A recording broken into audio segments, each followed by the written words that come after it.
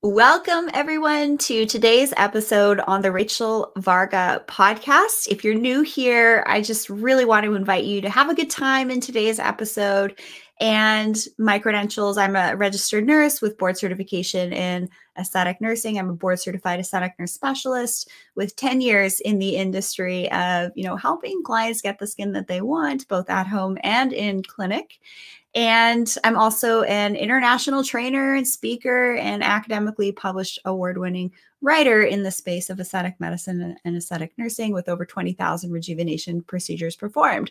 So with that out of the way, just so you know where my background is coming from, today we're going to talk about a topic of innovative medicine, innovative health, the future of how we can optimize what we do at home, how we can track things like our sleep, heart rate variability. We're going to talk about the biofield and really our insight into where we think the future of anti-aging and health optimization is going to be headed with our special guest today, Caspar Szulc. Let me tell you a little bit about Caspar. He was born in Manhattan, New York. I love New York.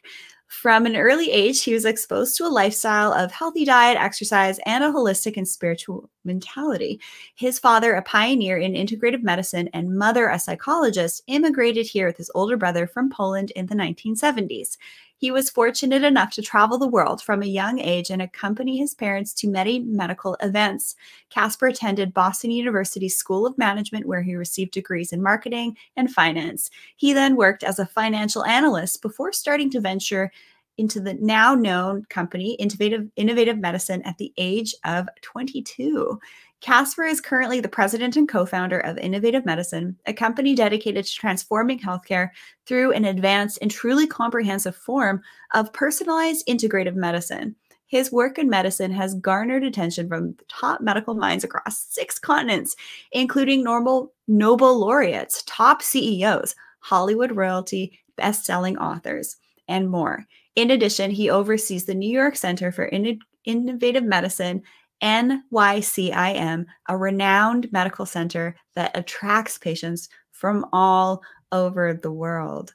Welcome, Caspar. It is an absolute pleasure to have you on the show. Tell us a little bit about yourself and your story and how you began your journey into integrative health. Well, thank you for having me on, Rachel, and for that wonderful intro. I feel like so much was covered there in my story, but there's a lot more to it, right? And yeah, my story really started from a very early age where I was exposed to a holistic lifestyle. And I always say, when I grew up, food in my pantry was so boring to the kids on the blocks. It would all be healthy stuff. There was no chocolates, no kind of packaged stuff. My mom would go, cook every day, fresh organic stuff. And I would go into other people's pantries and just be like a kid on Halloween, just pigging out and just, wow, you guys eat this all the time. But that's a little bit of the reflection on the society we live in, how we eat and how that dictates our lifestyle and our health. But I didn't have that. So growing up was a little bit unique and different in that way. And I was really, really fortunate that my father, who started off as an anesthesiologist and went into pain medicine and was very conventionally minded as a physician when he was early in his career, began to question that around the time I was born and began to look at, wait a second, it seems like I am doing as much as I can in the conventional world, and the patients get a little bit better and then get worse. And they keep doing this. And we're doing this revolving door. And he said, there's got to be something better. I didn't get into medicine to give patchwork and crutches to these people to live the rest of their lives in pain and agony. And so he basically went on this mission to find out what else is out there. Because in my conventional realm here at the hospital where he worked and in private practice, he ran out of things. He didn't have any more options. So out of frustration, out of necessity, he started to travel the world, and I got to come along with him because he didn't want to leave his family behind. So I was that kid at 11 or 12 with long flowing blonde hair on the Great Wall of China while he was learning about traditional Chinese medicine, acupuncture, O-ring testing, all these interesting things. And I was around all these doctors from China to we were at Cambridge University in Oxford, down to South America, even learning about shamanic. So it wasn't that he was only looking at very advanced things. He was looking at the past, ancient traditions that could be utilized. Ayurveda, traditional Chinese medicine, shamanism, natural European biological medicine, and it really spanned the whole globe. And here, when I was young, I thought all doctors did this. That was my impression, that every doctor just took their kid around and learned about all these different modalities and everything. And I was kind of a little bit surprised when I finally got out of college thinking that was medicine and spoke to people in medicine. They're like, what are you talking about? We don't learn about acupuncture in medical school, and we don't travel the world learning these things out there. But, you know, when my father started to apply these things along with conventional medicine, he saw the results improved. And as he kept going that route of giving more options and addressing root causes, not symptom management and disease management, his results got better and better. And so when I got out of college, I started in finance because that's what I wanted to be. I was either going to be a big time lawyer or a Wall Street bro, and it was just about making money. And I was in for a really rude awakening because finance was not my thing. 1 year in, and I was just miserable. It was just hitting buttons and kind of, you know, so much hierarchy to this really big organization. I was still in Boston at the time. And again, the universe kind of intervened and said, all right, you know, this isn't for you. You realize this now. You know, nice of you to experience that and learn it yourself. But we have something else in store for you. And my co-founder, who was a childhood friend, his father was a doctor as well, and knew my father. That's how I knew him. He was in medical school, Cornell, and called me and said, hey, I've been going to your father for allergies that I've had forever, and he fixed them in a few months when conventional medicine for the last 10 years couldn't do anything for me. We got to do something with this because it's really special. It's different, you know, and I'm in medical school, and I just don't want to keep going this route. And I said, you know what? I'm really miserable at my job right now. Let's do it. I get what my father's doing is kind of cool and everything. I think we can make a business out of this, sell some, you know, supplements that they use at the practice and maybe train some doctors. And so we started innovative medicine. So it was 1 year out of college. I was really young. Back then, entrepreneurship wasn't even really a word. They didn't even teach it at my business school at Boston University. And I didn't know what I was doing really, but I knew that there was an opportunity here. There was a possibility to do something special. And I wasn't even quite sure what that would be. And over the years, that really morphed into this true passion for health, healing, medicine, and this idea that we can change medicine for the better if we apply the knowledge of so many others, not just my father. My father says he rests on the shoulders of all these geniuses that come before him, you know, going back to Paracelsus and Hermes and even including Einstein and all these wonderful people that kind of brought up this idea we're only energetic beings.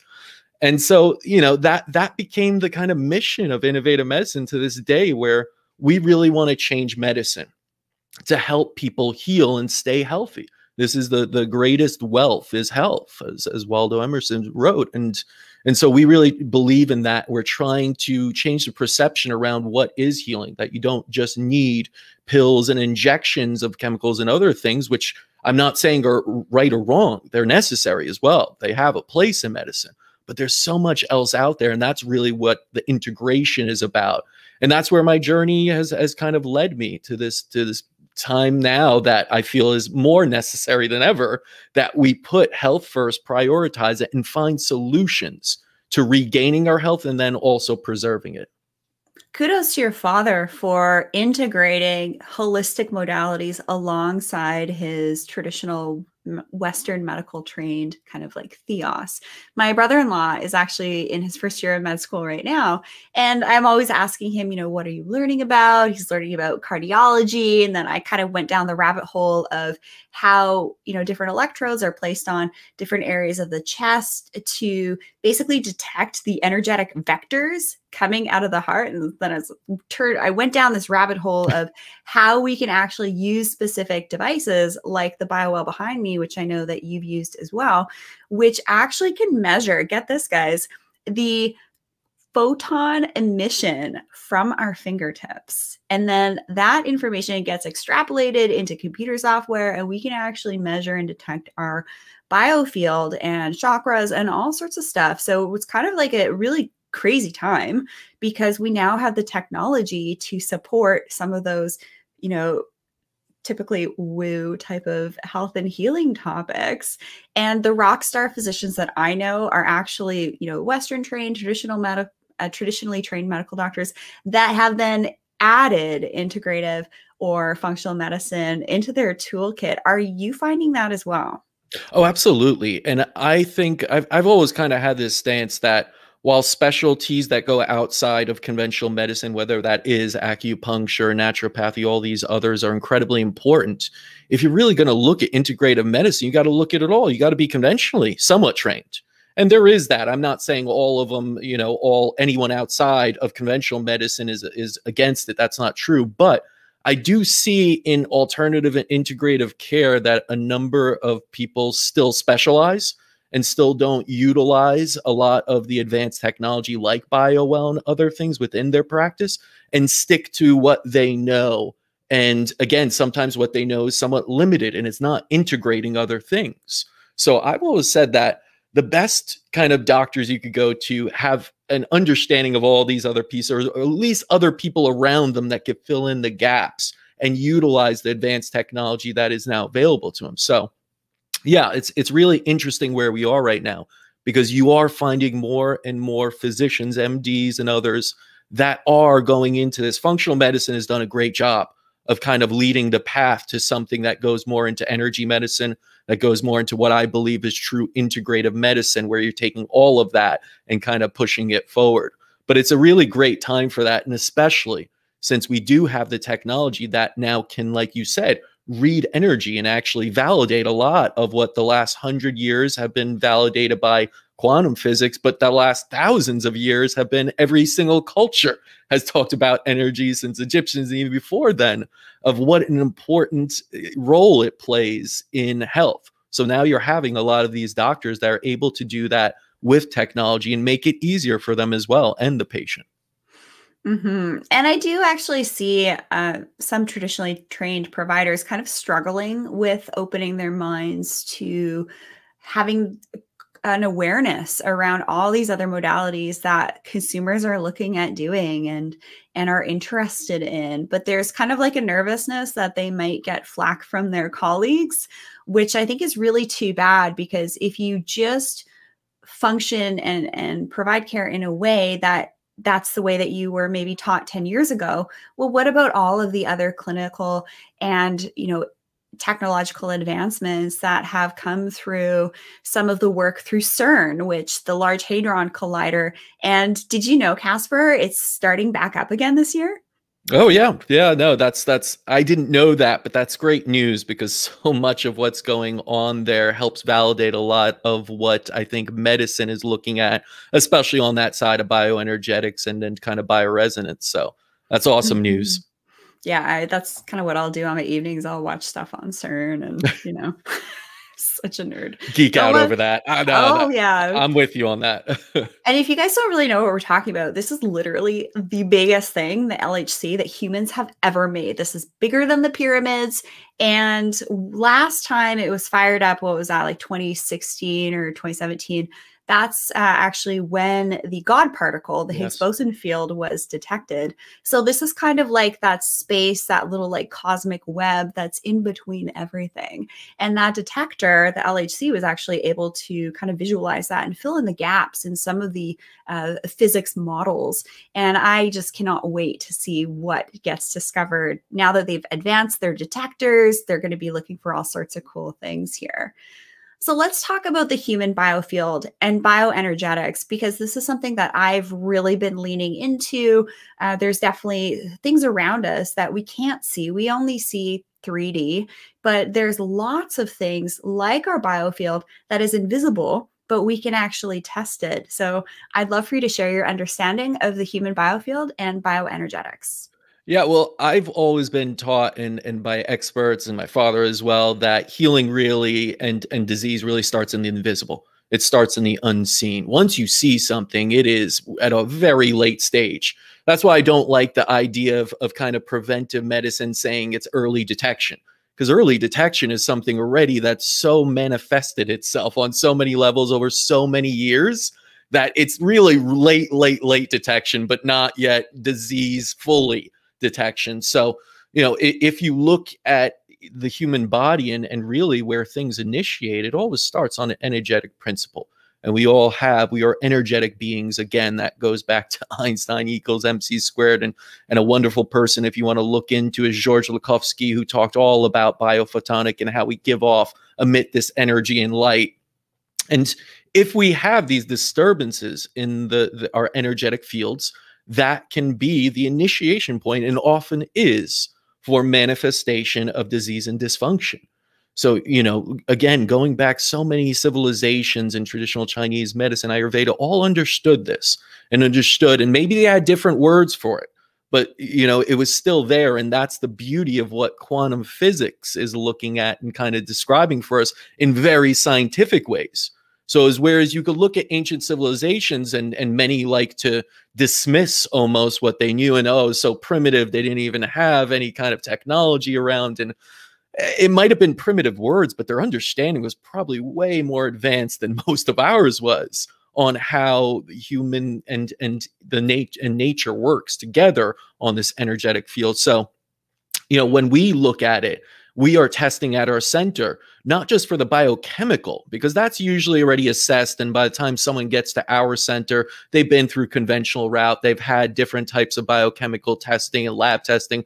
And nowadays you could do so much on your own. There's Everlywell and Viome, and all these things. You could find out so much, but you're still missing that kind of upstream piece, I say, which is where the bioenergetics are. That's the really subtle stuff. That is the initiation piece. And why that is so important is because if you only look downstream, you could pick up a lot of information about what's in the water. Maybe there's, you know, different types of toxins in there and chemicals, but you can't get the why. And the why is so important. Why are these chemicals here? And that's the one question I'd never hear doctors asking or patients. And it is, why do I have this disease? It's not one thing to tell me that, oh, lab results came back, you have X diagnosis, and this is how we treat X diagnosis. I wish more people would say, that sounds good, doc, and you're giving me a diagnosis, which gives me a description of my symptoms. Okay, but I still think it's my disease and different than someone else with this diagnosis. But why is it there? And biofield, bioenergetics, energy in general answers that for us. So we're able to go at the initiation point and go deeper and find where in the energy fields is this really occurring that is allowing it to go downstream and do that. And even tapping into bioresonance and things like that and information, let's say, you could get great information on, is this electromagnetic sensitivity that's causing this dysfunction? Is it geopathic? Things that you'll never get a readout for in a lab, and things that we've seen at our center that may be the missing piece, because people go through so much and get passed from doctor to doctor and what's going on. Oh, well, maybe we'll try this. Maybe we'll try that.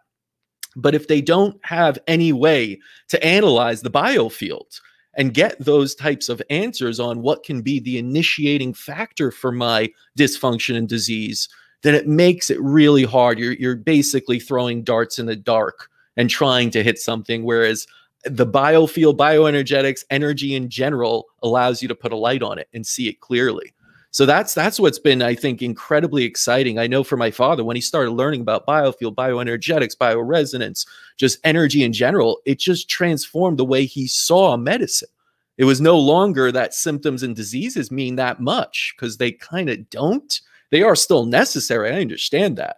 But until you have a why and understand an initiating factor underlying the root causes, as we always say, then it's really difficult to reverse disease or even, you know, preserve health in that sense. I love it. We speak the same language. We're kind of on that same wavelength. So I love the wavelength. I like that. Yeah. The frequency wavelength. That's all part of it. We are coherent. Yes. Anyways, I would love to actually take our audience behind the scenes here a little bit. So if you are watching this on the Rachel Varga official Facebook page and YouTube channel, we're actually going to do a live reading of my biofield, just to help all of you tuning in here to understand really what we're talking about. So I'm just going to share my screen here. So it's going to look a little inception-y for just a hot second here. Can you see this okay? I got that, yeah. Great. So this is what my biofield looked like just a couple of days ago. And so if you're kind of like, oh, what's the aura, things like that, what can we use to detect things like the aura? Well, this is kind of it, right? So we have kind of this like field around this that's invisible, but we can actually use these types of technologies like the biowheel to assess it. So we're looking at my chakras here, and I don't really necessarily understand how it's testing this. I find that really interesting, but it also goes through this type of technology can give you a reading of what's happening on an acupuncture TCM level 2. So my liver's actually been showing up over the last few days. And the reason I wanted to mention this, Caspar, was because you were talking about early detection. And I have an analogy. If we look at things as like yellow flags or orange flags and catch them using these types of pieces of technology, we can prevent them from becoming red flags. Now, that being said, this isn't medical advice. This is educational information only. If you think you have a medical condition, you must seek the guidance of a licensed physician. But this is really giving you an insight into really how we can assess our energy. So we're looking at my stress is optimal. It's in the optimal ranges. Energy is optimal. Balance is optimal. Organ balance is optimal. And then this is a really cool diagram here. And I'm not sure, Caspar, if you're seeing this in your field, but my thyroid has been popping up a little bit, and also sacrum from sitting long, and also liver. So I've been working, I haven't had any alcohol this week. I'm really trying to work on my liver because that's starting to show up. But in discussion with a few other people, we're starting to see more thyroid and throat activity with these test kits, with these detectors. And it's kind of postulated that it might actually be from mask wearing, of all things. Very well can be. And I mean, that's a discussion I've had with other doctors as well, is the exchange of different gases that you need during respiration are very important, and masks kind of, stop that in some senses, the ability to catch certain bacteria that are supposed to exit, through that. Breathing is a detoxification measure, right? Breathing's so important. And if you kind of cover it up and everything, you could run into things locally as well as systemically. So it's interesting, again, that you could pick that up before it's a huge problem, before it's manifested on the biochemical sense. And I think that ability, and I think anyone that's listening should know, it's not this or that in a sense. It's not only do bio-well and then forget about biochemical testing. It's look at it in an integrative approach. Look at all of it and try to get as many answers as possible. Basically, you have one chapter with each of these, and you're trying to put together your book of who you are. So we always say, whether it's the BioWell, we use HeartQuest, we use bioenergetic and bioresonance testing in different methods, or muscle testing. We use lab analysis, functional tests, genetic tests, and it's not to say that more is better, because sometimes more information just overwhelms. But if you're skilled at what you do, you know what to pick up with that information. And something like a BioWell, if you see that, you might see the markers start to change on your thyroid panels and everything else very soon. It doesn't mean it'll happen right now, but the converse is that if you address it, you'll see down, stream again, that everything starts to work together, and they are very much coherent, whatever type of testing you do. But the bioenergetics are definitely more subtle and pick up on things way earlier. Oh, yeah. We just had a question come through. How do you get the BioWell? How do you download it? Right now, this technology is exclusive to practitioners. So I can get it as a registered nurse. There's some training that is done alongside it so that you're using it properly. But there is going to be a consumer version of this coming this year that I'm aware of. So stay tuned for the consumer application of this so that we can continue to take our health into our own hands. And it actually works by assessing the photons that are emitted from your fingertips. And again, the highest emitters of light from our body, our face, our palms, and our fingertips, which is very interesting. So, Caspar, why do you think we need to redefine the word anti-aging and apply a more holistic and inside-out approach? I think the word anti-aging to most means looking young or skincare beauty, which I don't really see as the same at all. Skin's incredibly important, one of the largest organs, an organ of detoxification. It's constantly taking things in and out. We have to look at what we're putting on our skin because so many of the toxins we put in, carcinogens, come through the skin.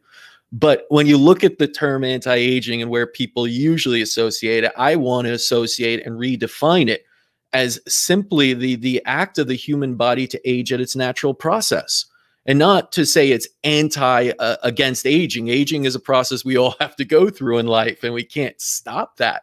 But what we can do is do it naturally. So many of us age at a very quick rate.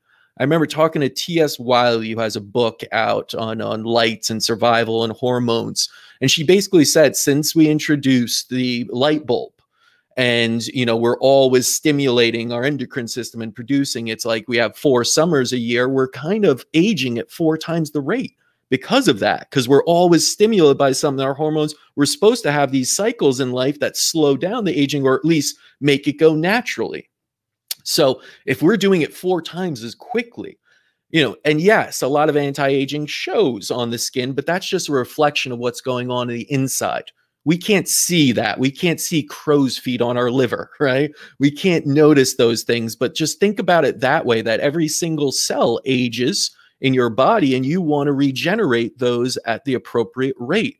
So we need to look at anti-aging, or this idea of even holistic aging and just being healthy, as something that we are in proper regeneration of ourselves and able to optimize our health that way, that then shows through the skin, that then shows through everything about us, in our mentality and our demeanor and everything else. So I want to kind of look at anti-aging as something we all need to be looking at and addressing from the inside out, with things like more water, just less toxicity, everything else. And of course, looking at it through a holistic prism of not just what you put in your skin, it's what you ingest every single day. It's every single action you take is either leading to a more degenerative state, which is aging quickly, or a regenerative state, which is anti-aging in a sense. So that's where I think a lot of people are kind of missing the point, and how they go about anti-aging is almost against what we're saying here, because they go with toxins, you know, Botox and other things like that, and never do anything on the inside. I'm not against Botox. I mean, I don't think it's absolutely healthy, but why wouldn't you do a detox at the same time? You know, to just do that and run out and just inject a really potent neurotoxin into you and just freeze up your face, you know, that doesn't really seem like a solution. It's not really anti-aging. And same with, you know, cosmetic surgery. I'm not against it. Everyone has that choice. But we need to at least throw some other options on the table. It's not just surgery, Botox, or fillers. It's detoxification methods, more water, what you're doing, lifestyle, exercise, and then going towards more holistic, I would say, beauty products, more facials that are not using chemicals, laser therapies. That's what we're trying to incorporate in our anti-aging division, is this idea that you don't need something harmful to look younger, as most people see anti-aging. You could actually do it, and it does start on the inside as well. If you're healthy on the inside, it shows on the outside. It sure does. I love how you approached that topic. And yes, this is going to be, I understand, rather ironic from someone like myself that's built a career, 10 years, 20,000 rejuvenation procedures later, not on myself, on my lovely, lovely clients. And I certainly will attest to exactly what you just said, that clients that take more of that inner health, they're at home, skin health optimization, do the dermal roll-in at home, and then get some laser treatments done, but really injectables as the last thing. And I even have on my consent forms, and I actually teach this when I train, because I train physicians and nurses internationally. And I like to recommend that, you know, we never treat our clients or get procedures done when we're not feeling great. And I actually have that on my consent form. It's like, how are you feeling today? Do you have any underlying autoimmune conditions? And unfortunately, this is a big area of learning needs to occur in aesthetic medicine and aesthetic nursing. So my next paper is actually going to be an algorithm on how we can test individuals before they undergo, for example, treatments like neuromodulators to see if their detoxification pathways can even handle it.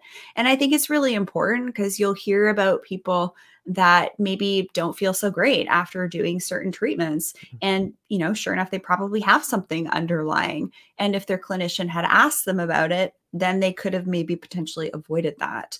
So these rejuvenation treatments are not benign. They are medical treatments. You must seek treatments through board certified physicians, nurses, and we're not talking people that have just done a weekend training, like ongoing training and learning. So I am actually working very hard, Caspar, to kind of disrupt the industry a little bit and really put that focus away from just the injectable stuff to more of that skin health optimization and really do what we can at home to give our bodies the best shot at aging well. And certainly when you started talking about toxins, I feel like we have more toxins around us than ever.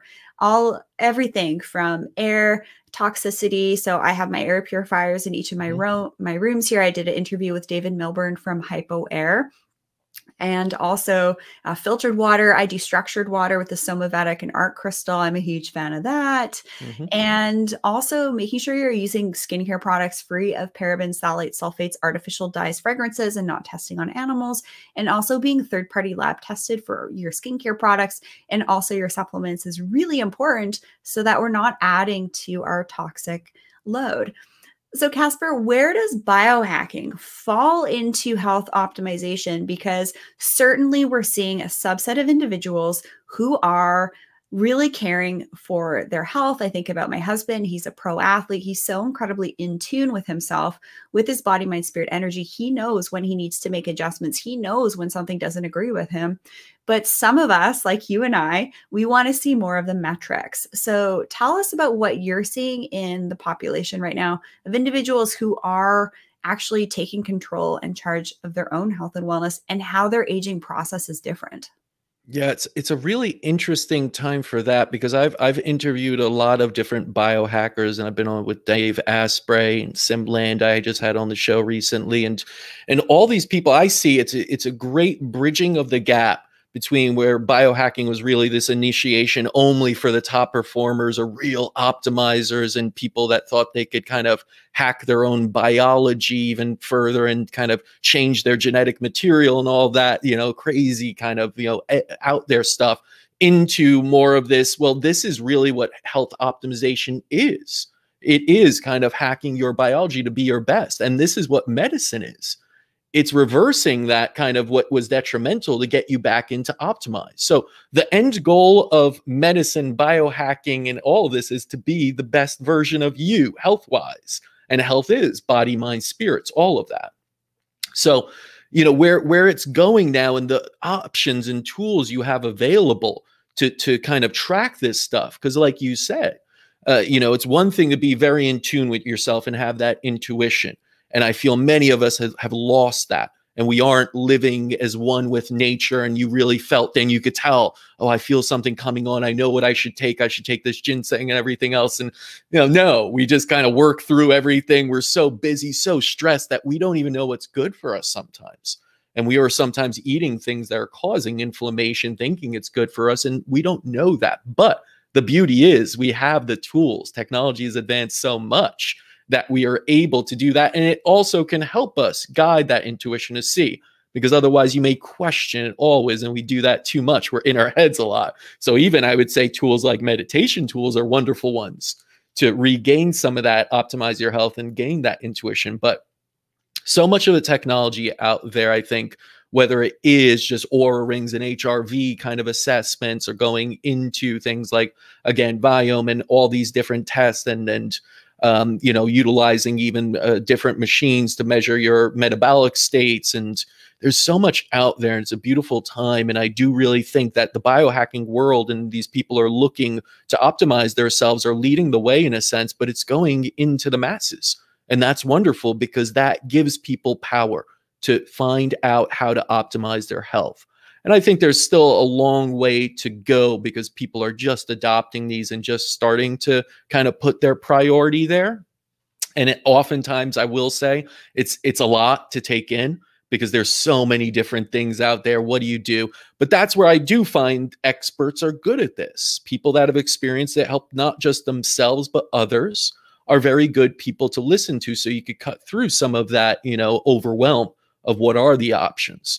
So I'm really excited for, just like I feel functional medicine has paved the way for doctors to move out of a truly orthodox old school mentality and lead into these new things like energy medicine, which hasn't yet been adopted fully, but more and more are every day moving in that direction. I think biohacking has done that for the general public to get really interested and start to track things and really optimize their health. So I'm really, really bullish on this idea of biohacking continuing to grow and really leading into just health optimization and medicine on a whole. I'm quite fortunate that I have a very forward-thinking GP, my doctor.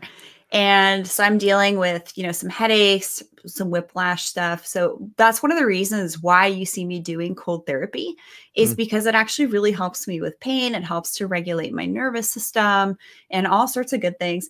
And I was telling him this, and he was actually really interested in learning about these different approaches because they're non-pharmaceutical ways to help our body out, which is great. And biohacking technologies and wearables and things like that are getting more affordable than ever.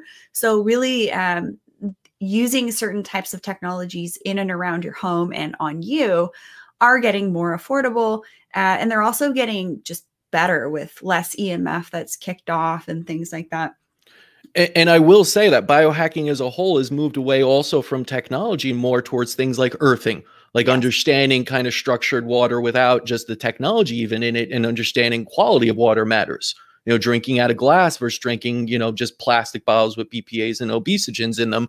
That's something that biohacking has addressed. So there are many free ways you could biohack yourself also, and just breathing techniques and nose breathing and closing your mouth, things like that, that are really kind of going mainstream in the biohacking world, that are really just mainstream for health optimization. So that's pretty cool also. That's not a reliance on technology alone. It's there, absolutely. But you could take steps right now, hundreds of them, that are completely free.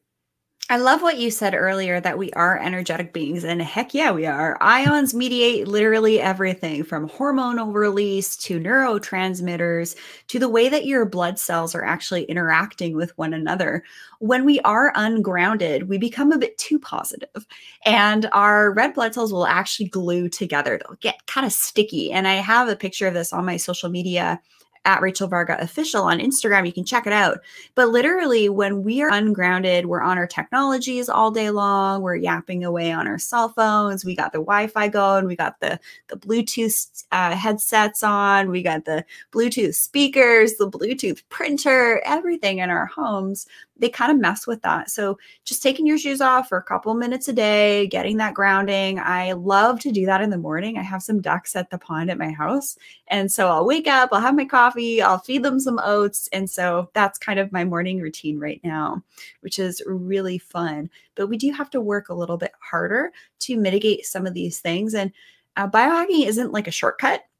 It's actually just giving you metrics as to what your body might doing to give you insight into those yellow flags and orange flags, which are going to impact the way that you age. Because when you're dialed in, you're grounded, you release some of those excess protons with the earth so that you get that that ionic balance. Your body is just going to function better, and your red blood cells actually won't stick together quite as much. So we know this through the use of live blood analysis and electron microscopes.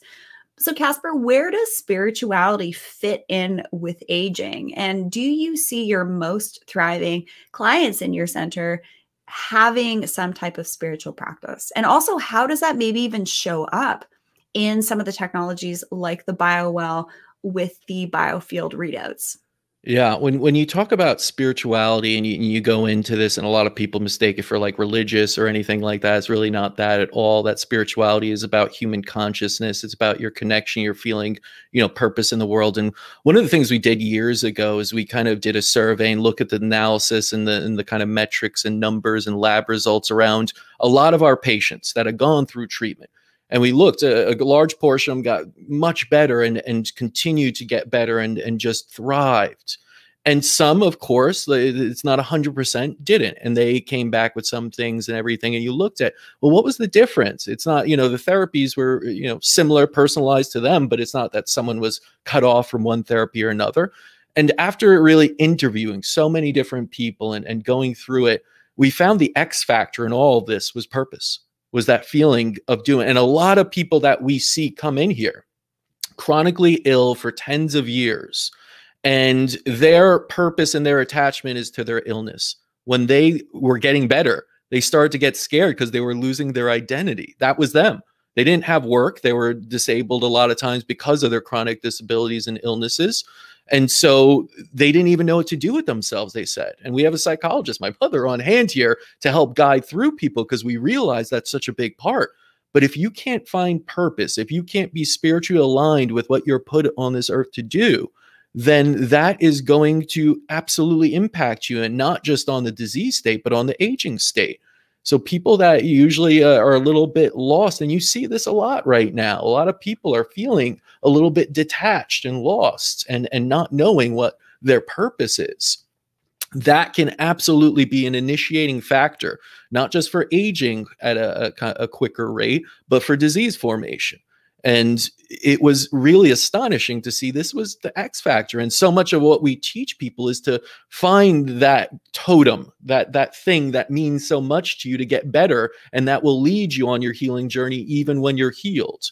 And hopefully that purpose also will keep you in a healthy state and always optimize you. So something like aging, you basically see from that state down, it just trickles down into a cellular level.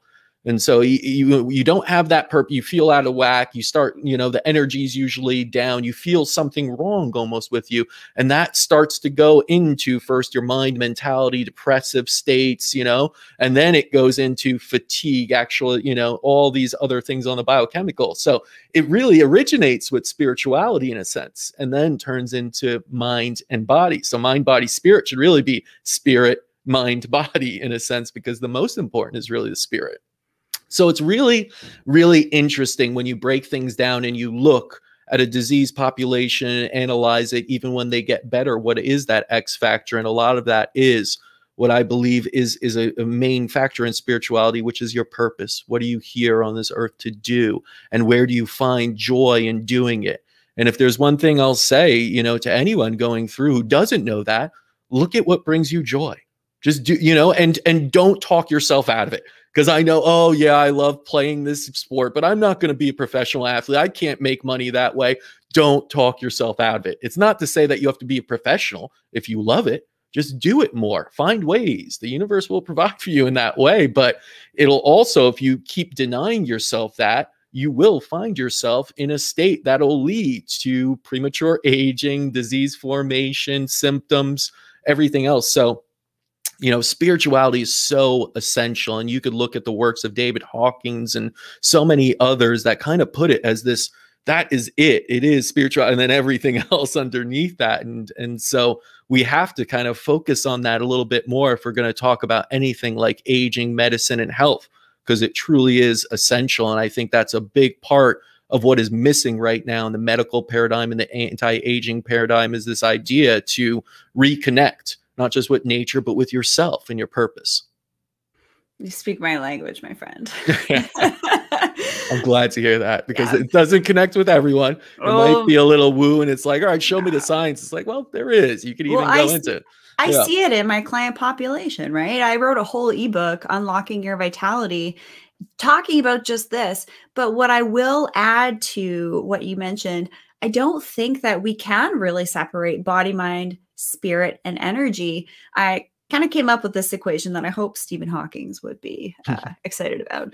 So body plus mind plus spirit plus energy equals whole human. So say, for example, someone likes, and I talk about this in my ebook, I kind of elaborate on it a little bit more. You can get it at RachelVarga.ca. It's a really fun ebook. There's some cute little behind the scenes photos of me grounding in nature and all that cool stuff. But say, for example, we're talking about Stephen Hawking. He was wheelchair bound. I believe he had ALS. Mm-hmm. Very unfortunate, debilitating, degenerative disease, but his mind and his purpose. So I feel like if, say, you have some type of physical disability, right, or mental disability, you can almost bolster up those body, mind, spirit, energy practices to almost kind of level the playing field. And this is actually a chemistry term, Le Chatelier's principle, where things will actually reorganize themselves in a reaction to create more equilibrium.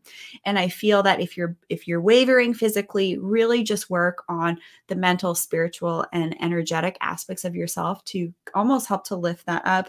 And even if we're talking about spiritual literature in the Bible, Jesus was actually reported as having like a glow to his skin. There's even reference in the Old Testament to, bones vibrating.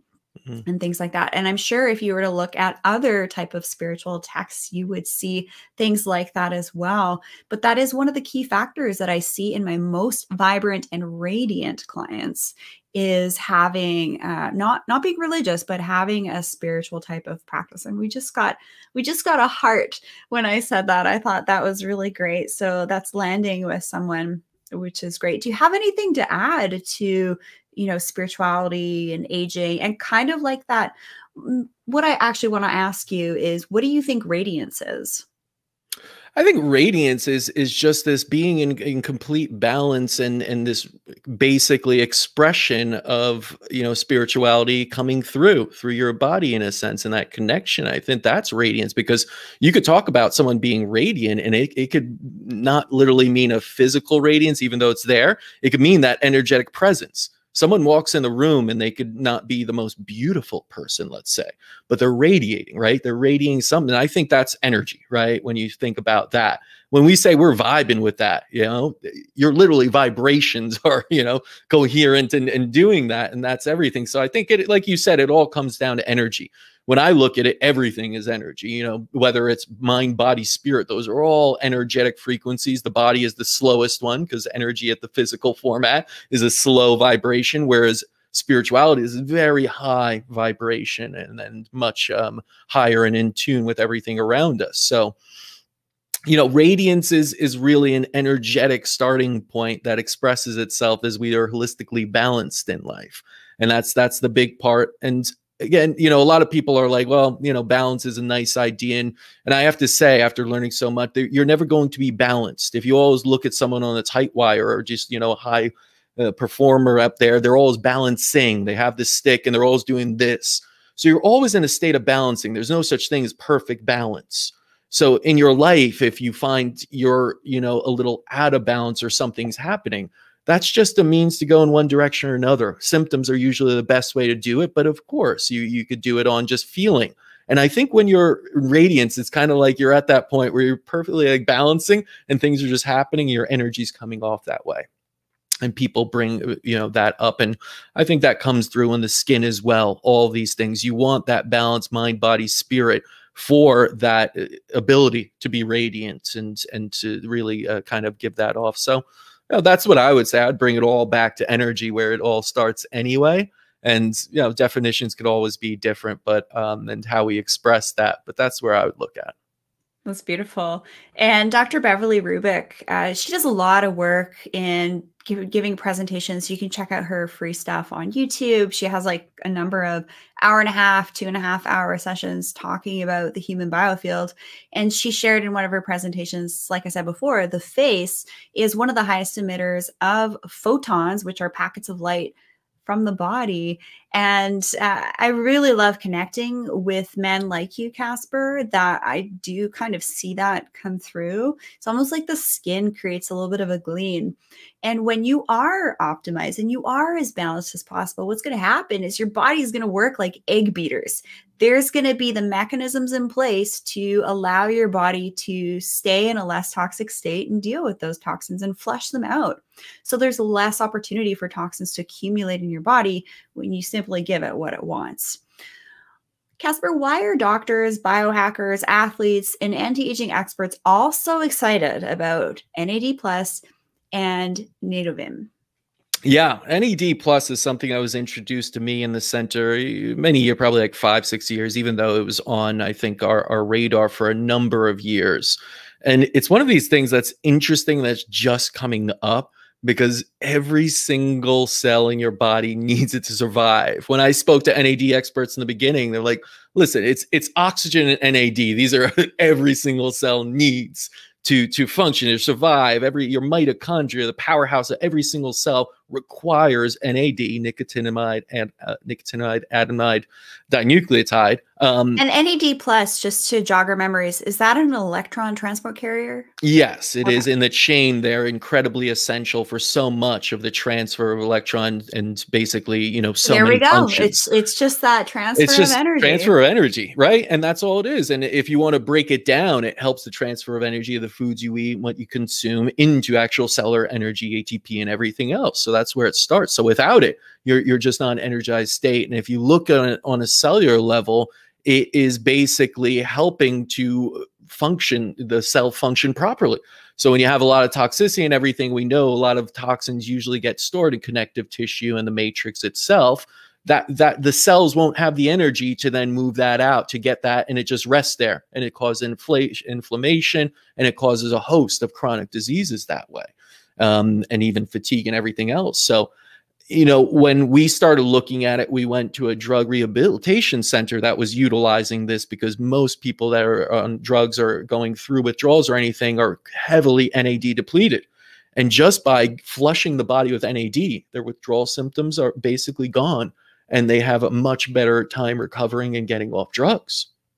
And we looked at, okay, that works on that population. What about the rest of us? And this was around the time other companies, Elysium and others, were really looking at this trend of what can we do with NAD? And really the results are all of us are depleted.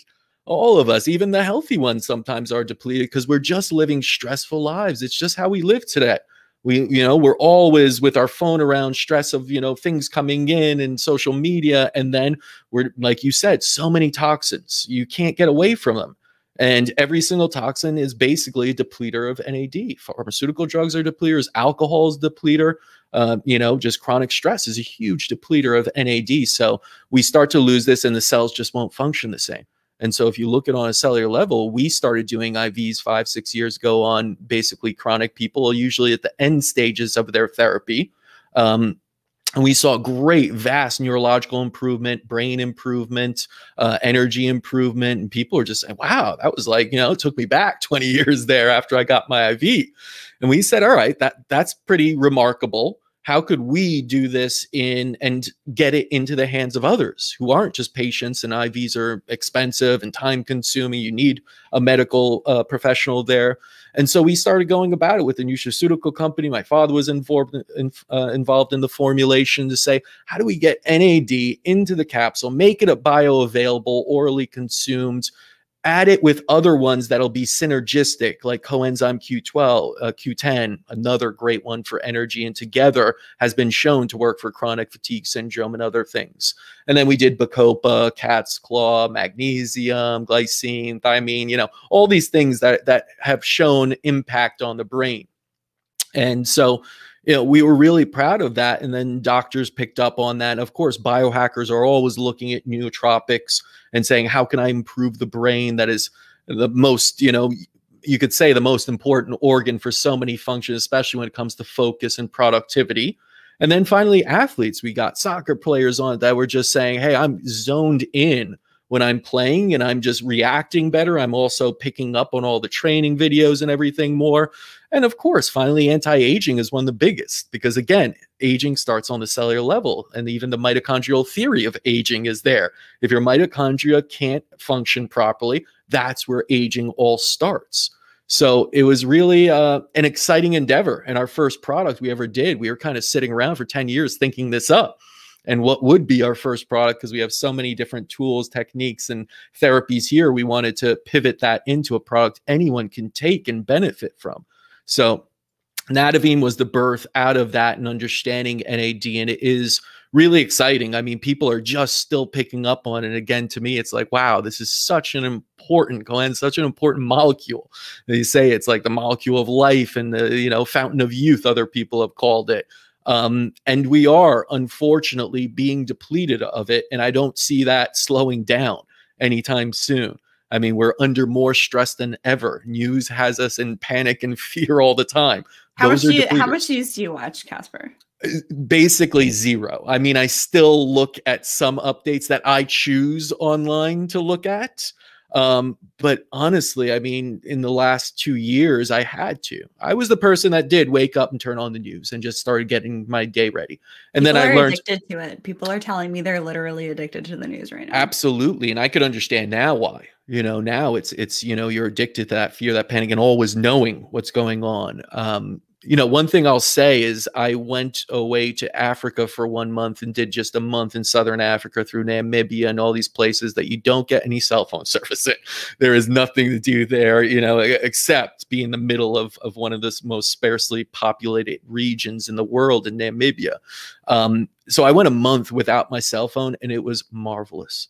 It didn't feel like, oh, me and the group there didn't have things to talk about because we weren't up on, you know, our current events. Like, people always say, oh, the news is how you become educated. You could talk about current events. Not true. Not true. You could have such better discussions, feel more relaxed, be more in tune with nature, and still have really intellectual kind of conversation that, again, I think touch you on a purpose level instead of knowing what the latest count of something is out there that really doesn't impact your lives too much at the end of the day. Yeah, well said. I'll also say that people who I see that are coming to see me that are wearing Apple Watches, I'm in the middle of doing something for them, and then they get a buzz on their wrist. Oh, yeah. So what that does is, like, these notifications, they keep you in that high beta state and deplete your adrenals. They put you in adrenal fatigue. And it's really interesting. I really gave myself for a break with media and being very intentional with time spent on social media. I put screen time limits of 45 minutes on my social networking sites. So that's all I would give myself. And yes, I get back to all of your DMs that you send me on Facebook and Instagram. That's me answering those, of course. But it's really, really interesting, the connection between grounding and we are a little too positive. And what I mean by that, we have an overabundance of protons in the body. So we got your proton and your electron, right? And plus and minus and things like that. And when our electricity is kind of out of whack, that's going to impact the NAD plus from being able to scavenge electrons to then do the cascade of creating ATP in the mitochondria. So if you're kind of like, oh, why is grounding so important? Well, there's that. And also it's going to help with your ionic interactions with your red blood cells so that you get better oxygenation. I really want to encourage you guys to evaluate how much news you're looking at, what you're looking at. And I really want to encourage everybody to continue to have their own opinion. I just finished reading a really great book, Owning Your Shadow. And the psychologist that wrote the book, at the end, he was talking about when he was in university, the professor, he had a debate that he had prepared for. And then a minute before the debate, the instructor said, now you have to do the other side. And actually, what I gleaned from that conversation and what he mentions at the end of his book, it's a beautiful read. It's a very quick read. It's great.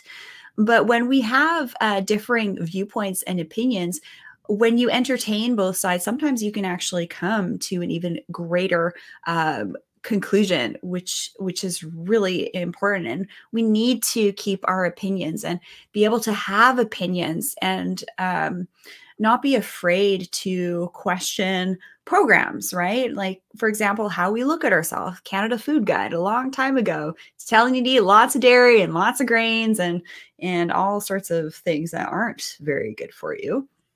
And so things change, and it's up to you. The onus is on you to listen. So when you're tuning in here, you're, a highly discerning individual already, but maybe this information could be helpful to someone else around you that's really struggling at the moment, especially young moms. I see young moms having a really hard time. They're not able to get that peace and quiet right now, and they're kind of inundated with things all the time. So do you have any kind of closing remarks, Caspar, and how people can work with you, what you found interesting in our conversation here, and anything else you'd like to elaborate on? Well, everything I found interesting, and I do think that's part of maybe what people need to do. And I think there was something you said there that kind of resonated with me, is we need to think for ourselves. Critical thinking is essential for growth. Growth is essential for healing, and change is essential for healing. And our ability to deal with change is kind of everything. That's where, I learned about heart rate variability. And Darwin didn't say it wasn't the strongest or the smartest that survives. It's the species that's able to change the easiest, that adapts to change, right? And we need to be able to adapt and thinking for ourselves and always looking at what's out there. I am only here because my father was a critical thinker that said, all right, this establishment isn't working for me right now. I feel a little bit off, and my purpose and spirituality is a little bit missing. I want to go travel the world and see what else is out there. And he was ridiculed by many of his colleagues and said, you're crazy, doc. Like, and now you're going to do this stuff. And now you're going to go out of insurance and out of the, medical specialty and do something that's woo and crazy. And guess what? Even with all the fear, he said, as he did it, the results went, through the roof, and more people came to him than ever. And he got recognition for that. So I think a lot of times we get stuck in this pattern of just kind of following and being fearful, which many of us are, and that stunts our ability to think and even look at outside options. Take that other side, be devil's advocate, look at it and be really interested in learning both sides. Everyone has their kind of predisposed beliefs and everything in this world, and there's nothing wrong with that. But I think it's wrong when you automatically delete the other side, where you automatically say, I'm not even going to listen to you. I'm right, you're wrong. And that leads to stagnation. And we know from all traditional things, stagnation is death in a sense. It leads you that way. Change is movement, it's energy, it's chi, it's all of these things. So, if I'm going to leave it anywhere, I would say continue to learn, continue to be like a child with this curiosity of what is out there and openness. Don't get stuck in your television and in fear and say no to anything else out there. Don't just take one side of the story. Look at all sides of the story and see what resonates with you, even if it goes against people in your family or others. That's okay. I have so many conversations with people that adopt this type of medicine. They're like, yeah, but my father's really against it, and my spouse is really, it's like, okay, but guess what? When you come out healthy and you come out vibrant, you come out, trust me, they'll come on board. I've done so many interviews with people where they're like, I thought this was such BS when I started here. And then I experienced it. And that's a big part. My changing thought when I experienced it. Now I'm telling everyone, you got to do it. I don't even understand it yet, but I'm learning about it. I'm getting into it. So I think having that openness is such a big thing in healing and anti-aging and all of it. And continuously learning that like that. But you got to be open. You got to be willing to do it. And you have to also be in touch with yourself, that intuition and everything, and knowing, because otherwise it is a lot. There's a lot of information out there, but find what resonates with you and keep going, keep trying, and keep that, that book open and learning and going down rabbit holes. I love rabbit holes. It's just maybe you get caught in one and you go down too far, but there's so many to go out there and find what brings you joy, find what brings you happiness, keep doing that. I've realized that that's a lot of what healing is really tapping into that unleashed potential of self-healing. Healing never comes from the doctor. It never comes from the supplements or anything like that. It really starts with you. Those can act as guides and catalysts, but it's all in here already. trusting yourself and kind of, build that up again and continue to think, be open and search for new ways. So that's what I kind of leave it at. Beautiful. And what came to mind was when we're kids and we ask our parents, why? Why? Yes. Why? Start doing that. Start asking those questions again. Just don't just take information at face value. Look at the data yourself, guys. Really look at the research. You guys can go on PubMed yourself and look at academic articles. It's really not that scary, but you definitely should. Having that childlike questioning mindset, that's where growth happens. That's where innovation happens. That's where we don't stay stagnant. And I just want everybody to know that, in my opinion, we're going through highly evolutionary times.